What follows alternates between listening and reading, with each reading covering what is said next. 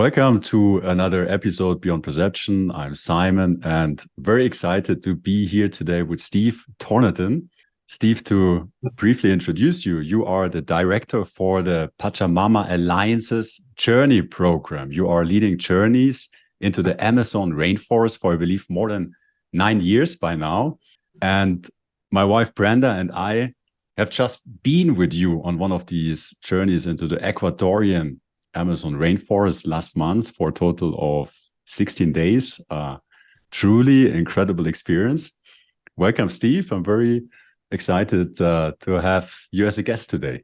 Thanks, Simon. I appreciate that. Thank you so much. And I was introduced to this in it was 2015, Journeys into the Amazon with Pachamama Alliance. And I just fell in love with the organization, the integrity of the organization was just stunning for me to see an organization operate with so much integrity when, I guess when you watch the news, you see the world is full of corruption. If you base your worldview on news, it looks like everything is just totally corrupt and everybody's taking advantage of each other and destroying the planet. And then, so when I met this organization and I just saw the integrity they have and the work that they're doing, it sucked me in. I just, was pulled right into it, and I just fell in love with the work. And I think the thing about it is the journeys that we lead into the Amazon are just part of the organization. And I've never seen a journey that does so much for so many people. I mean, to see a relationship with Indigenous people that is built on with respect. It's done very responsibly. The relationship is based on reciprocity. It's kind of tricky to work with Indigenous communities, and it takes a lot of patience and perseverance, because it gets messy, it can be confusing, and it can even be dangerous, right? So I was just really blown away at, they had been doing it for almost 20 years at the time. And most relationships in the Amazon fail. It's really hard for people to go down there and create a functional relationship that really benefits the Indigenous people. And it takes a lot of deep listening, and you have to really come from a place of really listening. And a lot of people go to the Amazon with projects, or they come from a church or a nonprofit, and they go down and they project their ideas onto them, and they have an agenda, and usually it doesn't align. They don't listen. They just project onto them what they should do, and that never ends well. So I always say the Amazon is a graveyard of failed relationships because it's really hard for people to listen. It's almost impossible sometimes for people to shut off their world, the way they think things should be, and to be able to go down there and really listen in a way that's really useful for the Indigenous people. So, and the journey seems to align well with the Indigenous communities we visit, because it does so much for them. So yeah, but anyway, that's my introduction. Yeah, thank you. And that was my second time being there, or being on a journey into the Amazon rainforest in Ecuador. And it's an experience which is very hard to describe in words. And it is very different to the environment I grew up and I still find myself today in. So it's quite a contrast. It really opens a different perspective to life, to oneself, to our interconnectedness with everything. And so I thought it would be really interesting to get a little bit of insight on like how it is and what happens in the rainforest from you, who, as you just said, for a couple of years, you're accompanying mainly from what I understand, people from the Western world into that environment. And that's something which for most people is very far away, and they have heard about the rainforest, and they might have some pictures and ideas about how that actually is. But what I discovered, how it is very different than what I thought it is. And but like, it would be interesting to hear from you. So kind of what's happening when people come into the rainforest? Like, Yeah, that's a great question. the job I have is, I take journeys. We do a lot of journeys into the Amazon. We take a lot of people from all over the world. Australia and Asia, Europe and Africa, everywhere, and the United States come. And so before people go on a journey, I always have a call with them. I like to get to know the people that are going to go on a journey and just make sure it's a really good fit. And I've discovered something. I've been on lots and lots of calls with people. I love being on calls with human beings from around the world because there's a common theme. There's a common theme with humans. And one of them is there's a lot of heaviness in the world now. People carry a lot of heaviness when you think of the ecological disaster that seems to be ahead of us. It's so big and so grand. It's like, how is this going to turn out well? And people are overwhelmed with that. They're overwhelmed with, well, the hardest part is not as it's so big and overwhelming, but they're also entwined in it. Like I have a plastic cup here. I put gas in my car. I create pollution. I have toxic materials in my house. I have to confess, I buy stuff on Amazon.com and have it delivered to my house, and so I'm part of it. I'm contributing to the trash and the toxins and the things that are destroying the rainforest, or destroying parts of the planet, or polluting the ocean. And it's psychologically, that is really heavy for people.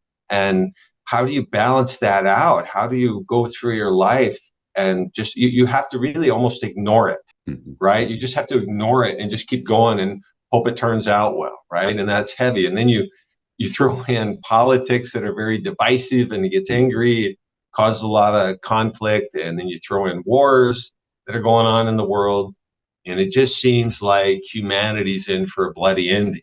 And so people hold that. That's really heavy for them. And then the question is how do I find peace? How do I find fulfillment and joy in my life with this, with what I know is going on in the world? How do I go forward in the world, in my life? I've got children, I've got grandchildren. How do I do that? Knowing what's going on in the world. How do I do that? And that's heavy for people. It's very present for them. And it used to be that everybody went to India to get a guru. I mean, humans are always looking to have a better experience in the world. And now it's shamanism. It's going to the Amazon. It's going to the jungle. Everybody wants shaman now, right? That's kind of the new thing. And it makes sense. It makes sense. There's nothing funny, but there's nothing to make fun of there. Humans are just looking on how they can have a better experience in their life and how they can go forward. And so the journey is about that. It really, and so the question that I always give people when they go on a journey, because it really is a deep inquiry. It's a time for people to get off the hamster wheel of life and go to some place where they have no distractions and really sit with themselves in a deep question. And the question that I give everybody on a trip is what is it that you have to let go of so that you can move through your life without all these emotional and psychological constraints? What is that for you? And you don't have to go to the Amazon to do that. You don't have to go get a shaman to do it. You don't have to go to India. You don't have to go anywhere. You could do that right here in your home even. But here's the thing is, I've noticed is people are so busy running. They're on a hamster wheel. They're just moving forward and they're trying to avoid. It's like they're trying to avoid something, ignore something. So they just keep moving really fast. And so they never take the time to sit with that question because they're being so pulled to do activities in their life. So when you go to the Amazon and you remove all the obstacles, and then you're in this beautiful, full of life, full of green energy, and you get to be with the animals, you get to be with the plants, you get to see the water, you get to be in the Amazon. It's full of life, and you have time to sit with that question. And I will say, really, to sit with a question can be very emotional. It's not uncommon for people when they go to the Amazon, they get out of the plane and they're in the jungle, and to see their indigenous brothers and sisters, they almost start crying. It's it exists. It's like they're starting to let go already. So that's one aspect of the trip, and it's really powerful. And we move through the journey doing different ceremonies with tobacco and waterfall and plants and different plant medicines. So it's full of opportunities to really ground yourself in the Amazon and discover, the best way to enter a journey is not like something's wrong, like not like I'm broken, I need to go there, I need to get healing, I need to be fixed because there's something wrong with me. I don't know that that's a useful way to look at yourself as you go on a journey. I think the better way to look at it is like, man, what could I discover for myself? Like, what can I learn for myself here on this journey that would allow me to see things a little bit differently, to see my role in life, see who I really am. Like, what can I let go of so that I can move through my life with less, again, emotional and psychological heaviness? Like, what would that be? So it's really a beautiful discovery process. And we start off with the question. So that's really one aspect of the journey, but the journey is much, much more than that. Like, this does so much for the indigenous people in the Amazon. Like, this is in Ecuador, the indigenous people, they are discriminated against by their own country, right? I mean, their own government discriminates against them and takes advantage of them. So they're kind of on their own out there. And then all of a sudden we show up from around the world. We pay a lot of money to go on these trips, and we go and we treat them with so much respect and honor them for the way that they are able to live in the forest harmoniously with nature. And and what happens is, like, it really empowers them. This really fuels them to, like, continue to take a stand. It empowers their resilience to be able to defend their forest. And the journeys offers them a kind of an alternative economic source of income. So they don't have to cut down trees, and they don't have to drill. There's no oil drilling. There's no mining. It's an alternative source of income. And everybody says, well, why do they need money, man? They live in the Amazon. They have everything, right? They have everything they need right around them. Well, they need money to defend themselves and to educate themselves so that they can take a stand, they can unite. And probably the most amazing thing that's happening down there, because of this relationship that Pachamama Alliance has, not just with the journeys, but with all of our programs that are in partnership with the indigenous people, is like there's a huge area in the headwaters of the Amazon River Basin that now is being moved. There's a movement to put it in permanent protection. Like, this is a real thing. This is the first time in history, like, there's ever been a plan in place for success that's coming from within the rainforest and spreading out through the rainforest. Like, usually people go to the Amazon, they want to, like, fight something. They're going down to fight the timber companies, the oil companies, the mining companies. They're there to fight the local governments who are taking advantage of them. And fighting is exhausting. It never really goes very far.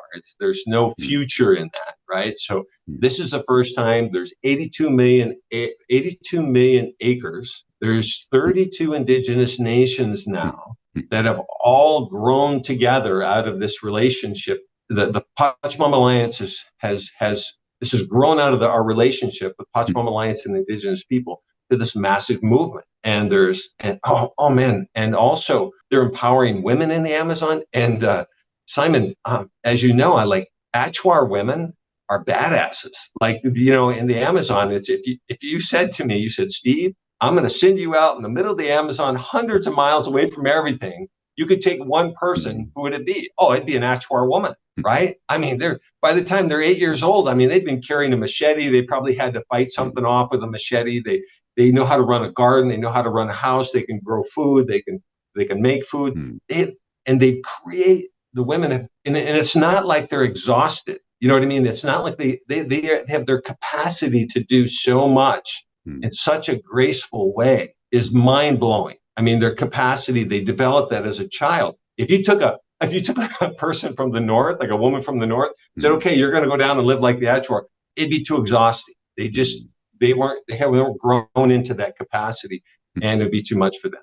So the Achuar women, now we have a program that's empowering women in the indigenous women in the Amazon to become leaders, for their villages, their communities, and their territories. And that's having a huge impact as well, right? So anyway, that's a lot. I just threw a lot at you. I get excited when I talk about this. So Yeah.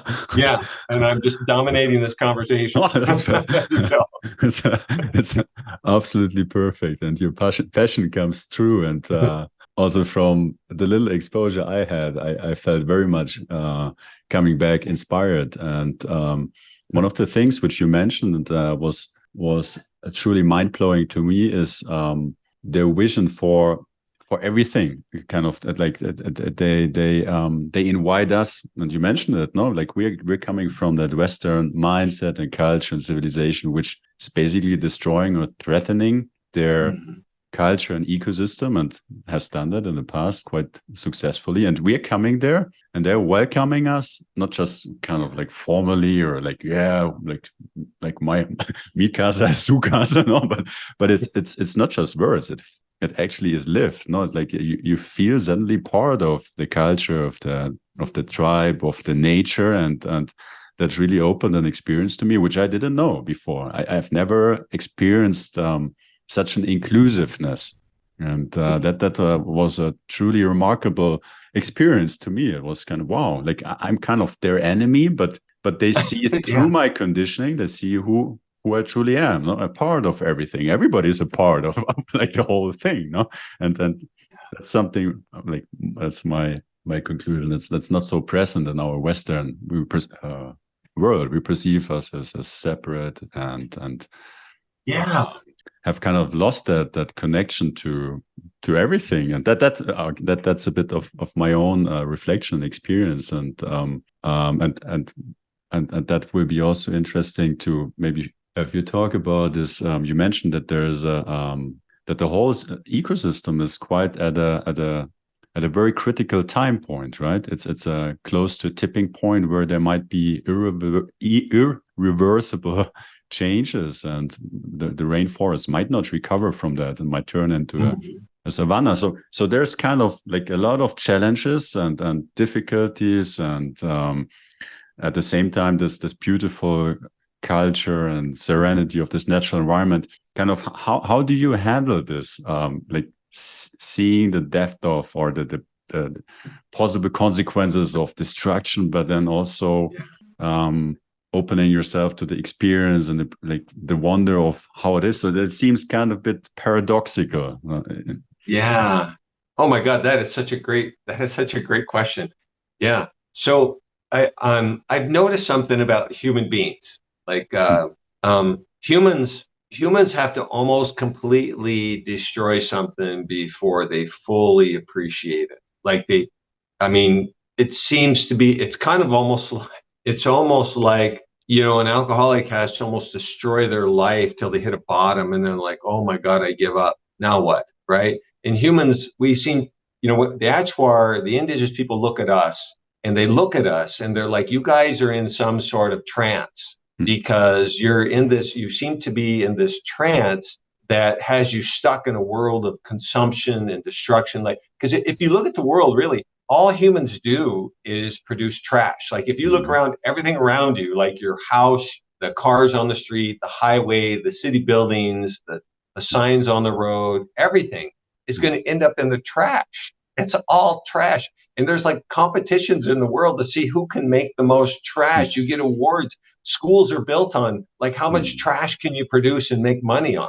Like, you know what I mean? It's like, it doesn't make any sense. It doesn't really. And so they look at us like you're in some sort of trance, you're in some sort of dream. And they don't, and what's really unique, like you said, is that they should be mad at us. You know what I mean? They should be like, can you, in our face, you guys are destroying our forest, you're destroying our planet. But they don't do that. That's not their way of being. That's not their way of going forward. It's not useful. But what the experience is that you have when you go to the Amazon, I think is really amazing, is that you see the difference between a human focus, a human-centered way of being.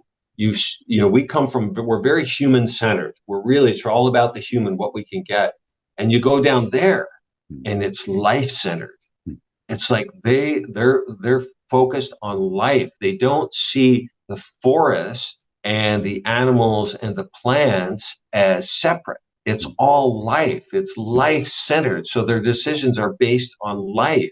It's a relationship with life. And when you go switch from a human-centered way of being to a life-centered way of being, you're like, wow, this is who I am. I'm a part of all of this. Like you really get a sense that this is all, wow, I'm part of all of this. What a relief. Right?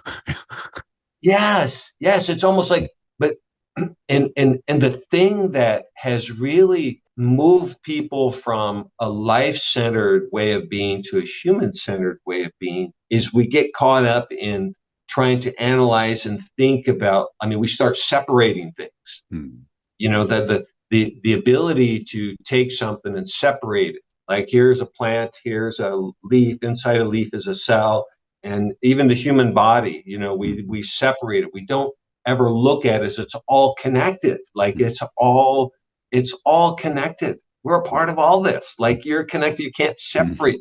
And it's funny that we even give names for things like a tree. Once you give it a name, you instantly create this separation. Like there's no reason to have a name for that beautiful, amazing thing that's right there in front of you. Stand in front of a tree and not give it a name.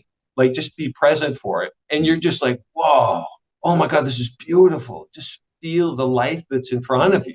Like, or you see a bird fly by. And if you can see it without giving it a name, without trying to analyze it, without dissecting it, and without making meaning in it, you're just like blown away at this amazing thing that's happening in front of you. Like, whoa, that's life-centered. That's like being caught up in life, right? That's And I will say that to kind of circle back to something, you know, when you think about, you know, I would say that 80% of the population is just caught up in being human-centered. And there's another 20% that are really more life-centered, and they're out there like doing the work we're doing, the Pachamama Alliance. We're totally outnumbered. Like there's way more damage being done than we have the capacity to hold back. But here's the thing. Here's the magic of the work that we do. Like I live in Nebraska, and I have this life that I'm a tree hugger, right? I'm just a big time tree hugger, and that's kind of the way I operate in life. And I'm kind of weird. You know, people think I'm kind of weird, right? Because I'm a tree hugger, and that's fine. But again, humans almost have to destroy something before they appreciate it. And when that happens, they need to be able to line themselves up with a new way of being. They need to know that there's something out there. There needs to be something out there to catch people when they fall. It's like, yeah, well, join me. I'm the weird one. Join this. And they will. And they'll pour their heart and soul in going back into being life-centered and life-focused. When they shift from the human-centered to the life-centered, they need somebody who can catch them and show them how to move into it. Not like judge them or tell them how wrong they were, but to hold them and say, yeah, join me, man. This is what we're doing. And we love it if you join us in this work. Like, this is beautiful. And they get to have this experience. So I don't know if that answered kind of the question, but those are things that kind of come up for me to talk about when you did ask about that. Yeah. Thank you very much for sharing this. And it seems that this deep listening, which you mentioned initially, it's kind of like you're coming back to that all the time from different perspectives. You could say, like what you also shared, it's kind of you're inviting us, and like that's also what I did, to think about or ask myself, what do I need to let go? So in a way, it's an invitation to listen to oneself, right? Yeah. And that's also what I noticed with that would be also a question which interests me. What I noticed being part of your group is you have an amazing capacity to listen and to be present and to let people be as they are. To kind of just recognize you're okay how you are. You don't need to change. And like with your experience now of leading journeys into the Amazon, what would you say is the skill or quality which enables you to lead groups and hold groups and facilitate that journey? Yeah. Oh my God, that is such a beautiful question. Oh, it's such a beautiful question. You know, humans are so hard on themselves. They're so hard. There's nobody harder on you than you. Humans are so hard on themselves. They continually go through their lives like there's something wrong with them. Like, and they work so hard. We work so hard as humans to be liked and be approved and to want to be okay. And it's scary being a human because there's this feeling that if people knew what I was really like, they wouldn't love me. So instead, we work so hard to get people to like us and to approve us, and it's it's exhausting, but yet it's scary to let people in. It's so scary. If people, would they really love me? If I broke down, would they really love me? If they knew what I've done in my life, would they really love me? If they knew what I was really like? Wow. And so the magic is just to create the space for people just to be who they are and know that no matter what, like, we just love you. Like, we just really love you. We love you. You're great, man. You're great. We love you. There's nothing you're gonna do that. I mean, you were on the journey. It gets kind of wild. You become kind of vulnerable. You need to know that if and the fear that people have in their life is the biggest fear people have is of their own feelings, because we just hold things in, we just stuff it down, and we just avoid it. We just stuff and stuff and stuff, and it's never. And that's the thing, is it's never been safe to share emotions. And when people still love me, if they saw me fall apart, if they saw me really mad, if they saw me really break down, what would that be like? And we're like, and remember, the question I give everybody is, what is it that you have to let go of so that you can be really free? And I don't know what that is for anybody, and I don't know what it is for you. But you will discover that. Like, when we go into the Amazon, there's no distractions, so you kind of discover what that is. And I want people to know, like, whatever comes up for you is perfect. Let it come out. Like, and people are afraid to lose control. They're afraid once they start falling apart, that it'll just get ugly and it'll be scary and people won't love me and I'll be by myself. And it's like, no, like, we can love. It's easier for people to line up with that than it is the face that you put on. You know what I mean? It's like, it's much easier to line up and hold you and love you when you just truly let go. And then there's so much freedom in that, whatever that is for you, right? Yeah. And I think I've been really, really blessed, man. I've been so fortunate because I had, many years ago, I was at the end. I was like, I was really scared to death that if I let go, that people wouldn't love me. And I remember just falling apart one time. And I took my childhood. I mean, I was trying so hard to hide.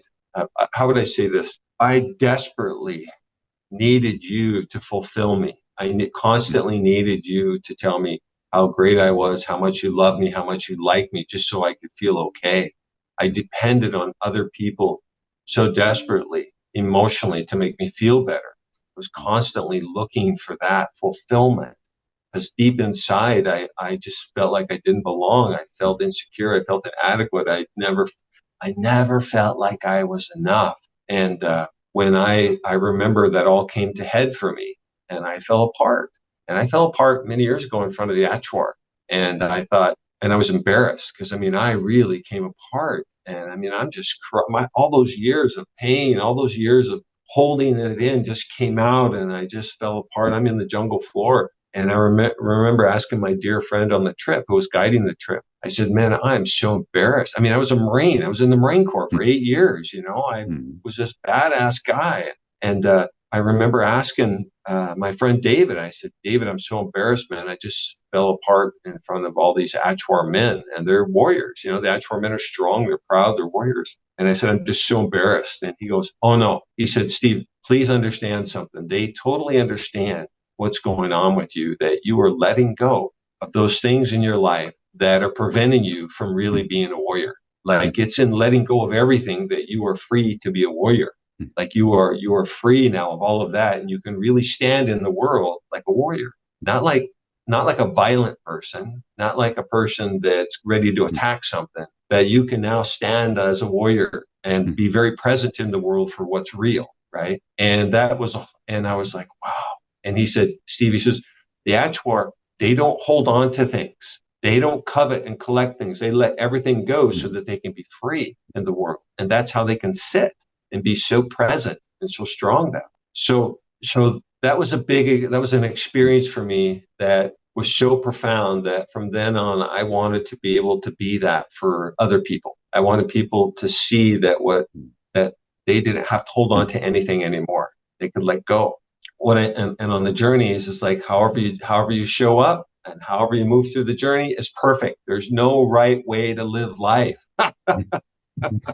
That's a good one. Huh? There is no right way to do it. Like everybody, there isn't. Yeah. Like let that go. It doesn't exist. The right way of doing life. And right and wrong is just a judgment, which is not useful anyway, right? Like how helpful is that? Yeah. So I'm very fortunate that I had some experience that allowed me to really fall in love with myself, which what I mean by that is like I really realized, well, I am life. I am part of it all. And I have nothing to prove. Although still sometimes I want to prove something. It's still that part of me still exists.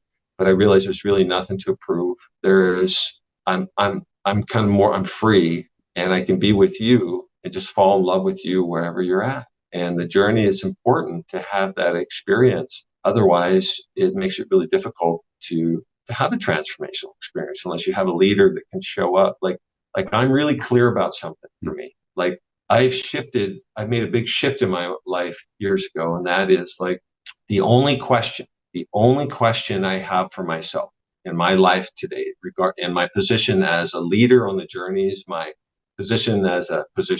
my role as a father, right? My role as a brother, as a son, in my job, whatever. There's only one question that I have for myself, and that is, regardless of what's happening to me, what's going on around me, or what's happening in the world, no matter how bad it is, no matter what's going on in the world and life, the only question I have for myself is this, and that is, who do I need to be going forward right now with what's going on to create a better experience? Not what I need to do, who do I need to be? There's nothing more powerful in the universe, like nothing more powerful in the universe than to be heard by you, like just to be really heard. And if you feel really heard by somebody, like it's almost like a gleaming purity in the listening that creates such a beautiful space that you feel heard. And once you feel heard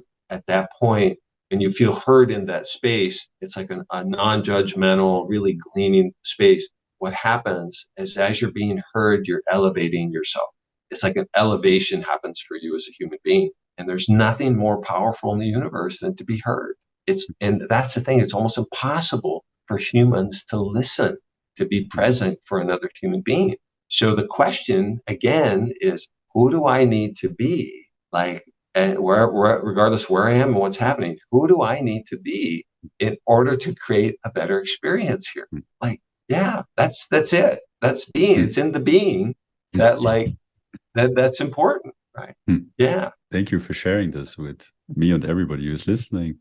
So also what I'm perceiving, it comes back to a very basic simplicity in life, to just be present to someone. That's that's the most powerful thing to do, but probably also the most easiest thing. It's almost relieving. And when I'm listening to what you just shared with us now, and I'm looking at our society or also my own conditioning, the concept of leadership or being strong seems to be very different than what actual strength requires or enables. It would be interesting to hear a bit more about how indigenous community approach leadership and how they educate or instill leadership into the youth, and kind of also what did you learn from them? How did that influence your own approach to leadership or just being present to others? The one thing I noticed, you said it, is that they don't overcomplicate things. They don't overcomplicate anything. I remember being with a group talking to one of the shamans after we did this ceremony. It was a plant medicine ceremony. And there was somebody in our group that wanted some more clarification about the experience they had, and they were asking the shaman about that. And the shaman gave them very, they're very practical. They're very practical in their response. And the guy kept wanting more deeper meaning into that. And finally, the shaman just stopped and he just started laughing. And so did the Achuar that were sitting. They were just laughing because they couldn't understand why you would want to create it to be so difficult.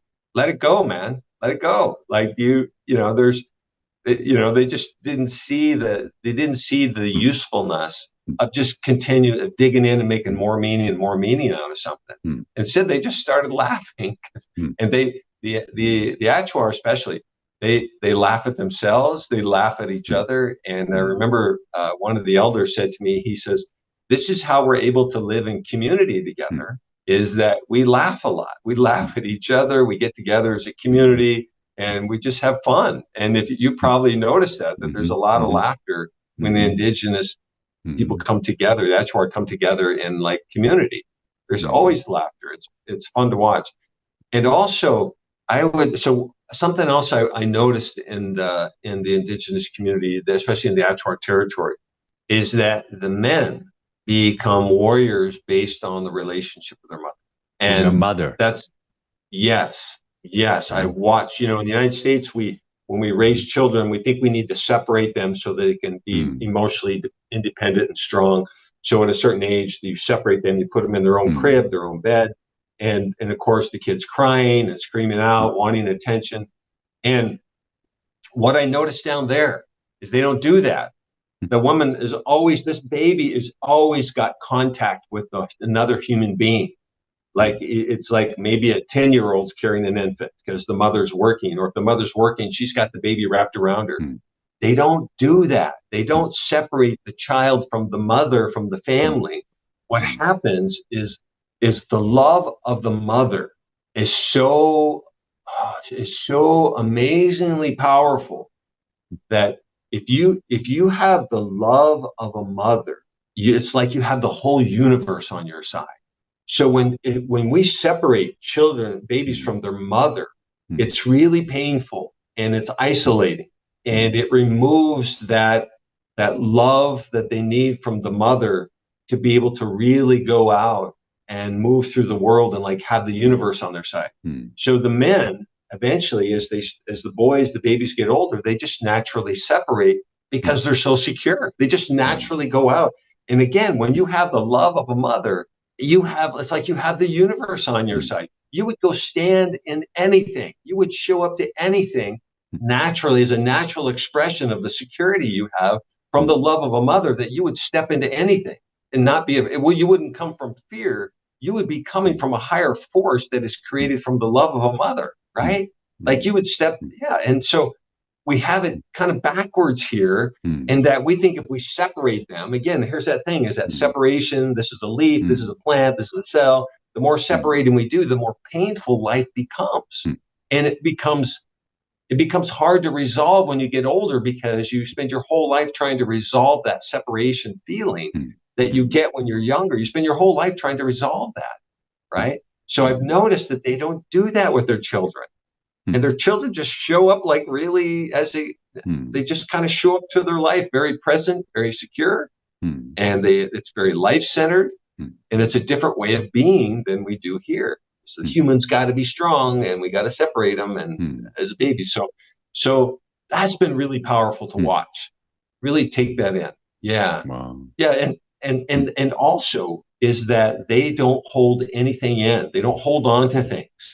They think that if humans, if you collect things in your life, if you constantly try to collect more and covet more, what happens is that you become emotionally and spiritually and physically sick the more things you try to hold on to.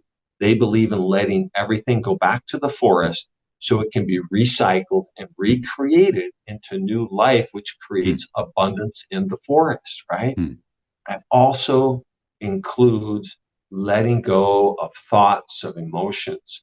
Like when Indigenous people come together to discuss things about their community, they fully express everything. They don't leave anything left unsaid. They express everything, and they're free to do that. And when humans have the space to fully express everything, they all of a sudden feel complete. It's when you hold on to those thoughts and emotions is that it becomes anxious and it creates more thoughts. And you think, oh, I'm going to get them. They didn't want to listen to me. Why did this happen? Why did that happen? No, they express everything. And now they can be free to be human-centered again. They can feel more connected instead of being isolated with their thoughts. So that's been a big, there's so many lessons from the territory, from being with Indigenous people. But those are probably the ones that stick out the most for me. That openness and that presence and that maybe even vulnerability to just like you could there was such a calmness and peace and just like looking at the Indigenous people, like how peaceful and tranquil and relaxed they were. That was just so surprising, and it was an experience for me, which I think my nervous system kind of was able to mirror something, at least a little bit, and take that as a gift from the rainforest into more inside Simon, world back. But that was just wow! It was like they. You just said something. Yeah. So I want to point something out. You just said, because you said that because you can be vulnerable. Well, they don't have to be vulnerable. They don't have a word for vulnerability. They just it's a natural way of being to express yourself.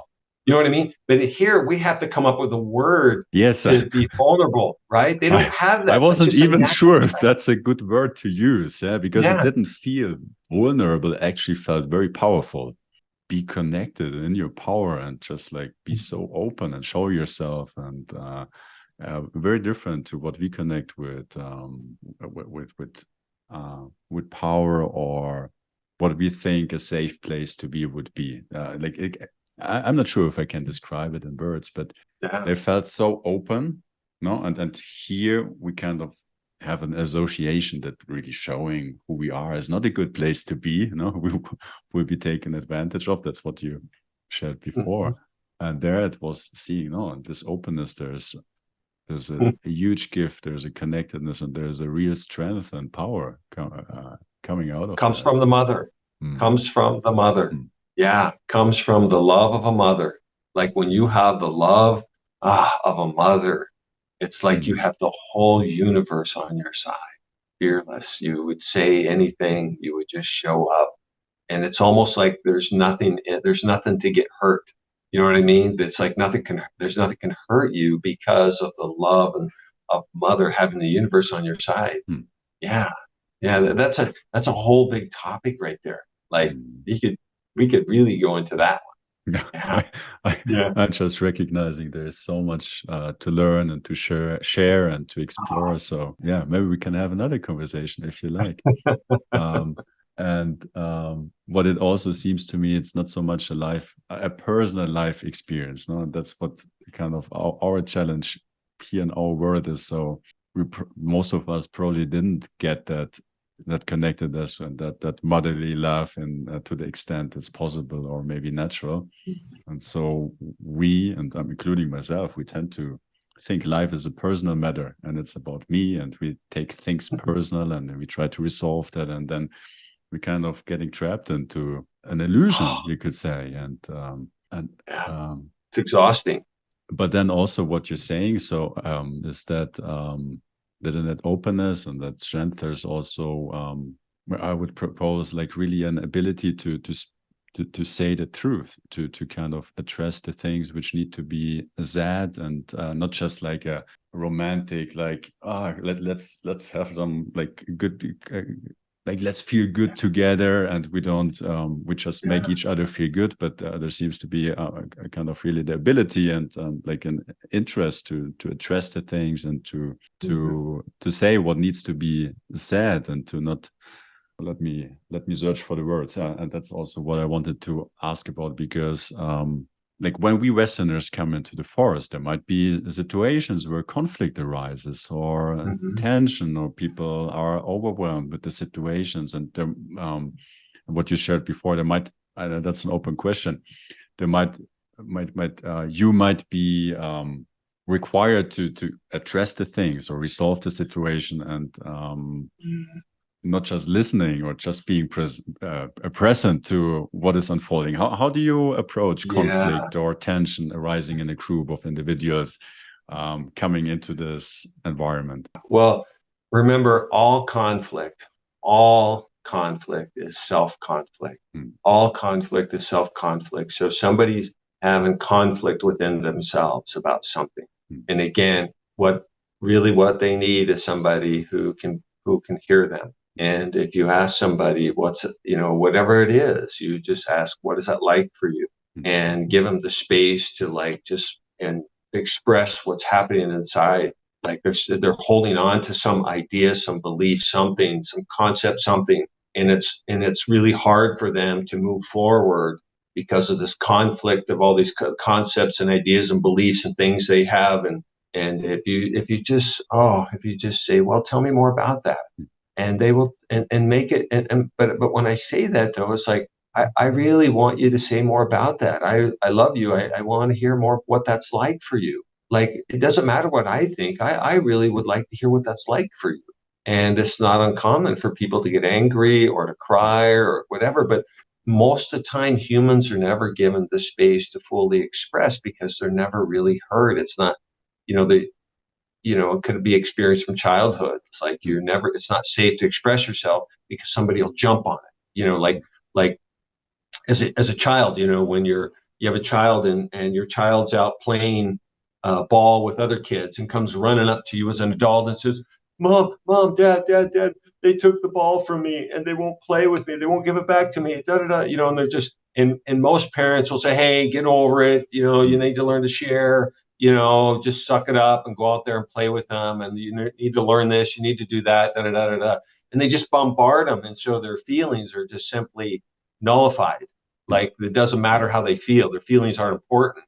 So that's true. That's the way I grew up, right? And I think that happens a lot, right? Parents I know that one too. They think there's something wrong with their child and they want to fix it, they want to correct it, and it's based on their past, right? They're bringing their past into this moment.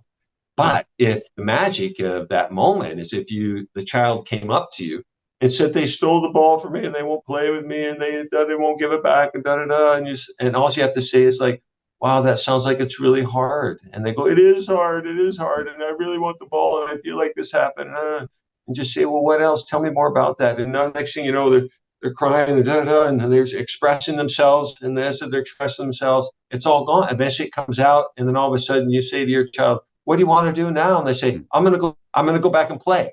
Right? So they had the space to express this frustration of what happened and fully be heard by a loving parent, maybe a mother, who just was fully present for this beautiful human being that's in front of them and just listened. And what happened is the child expressed everything, it was gone, and just say, well, what do you want to do now, sweetheart? And they're like, I'm going to go play. And they take off and go play with their friends again, like nothing happened. Right? They're going back into this game with a totally different experience because they were fully loved and heard in that moment. And that's hard as a human, to leave yourself out of it, to be present for them. What is it like for you? Because that's real for them. That's a real thing for them. I don't get to decide if they should be angry or upset or sad. I don't get to decide that, but it's real for them. And just to hold them and love them and listen. And many, many, many, many times after that happens and they fully get to express themselves, it's like, okay, now what are we going to do? I'm ready. You know what I mean? It's gone, and now they get to show up. But people get stuck in there, and they want to make all this meaning out of it, and they want to bring themselves to it. They want to, and it gets complicated, and there's no freedom in thinking about it. It's more allowing someone to express themselves. So, yeah, and that's really it, man. People just want to be loved and held and heard. And the thing about the journeys is, like, you'll kind of hit your limits sometimes, emotionally, physically. And when you hit your limits, is when it shows up. And when it shows up, the thing that I like people know is like, man, we really love you. Feel free to say whatever you have to say. Like, that's important. Say whatever you have to say. Never leave a conversation. Never leave anything incomplete. Never leave a relationship or a meeting or anything with something left unsaid. Because if it's left in you unsaid, it can only grow. It only grows and gets worse, and you become more isolated. But if you have the space to fully say whatever you need to say without it being judged or without somebody reacting to it, all of a sudden it's like, oh, it's out, it's gone. And then it's like, oh man, this is so much fun. I love being with you guys. I love you guys. Well, I love you too. Yeah. Wow. Yeah. We're back to deep listening. Oh. Steve, thank you so much for this conversation. I know that you have another appointment by now. Is there a last thought you want to share with anyone who is listening now and watching this conversation? Yeah. Well, I guess what I would say is like, wow, just that I love you. I think you're pretty amazing. And if you could see yourself the way I see you, you would just be blown away. You'd be totally blown away by who you are. That's what I would tell people. Yeah. Hey, thank you, Steve, for taking the time, being here with us, inspiring us for deeper listening. If that's okay for you, I will share your contact details or the webpage where people can find more information about journeys into the Amazon. And so thank you again for taking the time, and thank you for everybody who is listening and watching this conversation. Thank you for your curiosity. And I am following what Steve said. Like take care, and see you next time. Well, Simon, I just want to say I want to acknowledge I've had time with you. So I have a sense of like the kind of person that you are and the way you go through your life and the way you treat people, and you are a listener. And I just want you to know I really can see that, and I have a great experience of you when I'm with you because you're so present. So I just want to say thank you for that. Like when you just got me on fire. You're such an amazing listener that I think you did this. You got me on fire to like play full out with you today. And that was because of who you're being. So thank you for that. Yeah. Thank you very much, Steve. Likewise. I mean, that would be another conversation, what I learned in the Amazon and also from you. Okay, brother. It's good to see you. Thank you very much. Take care, Steve, and speak soon. All right. Take care. Bye. Yeah. Bye.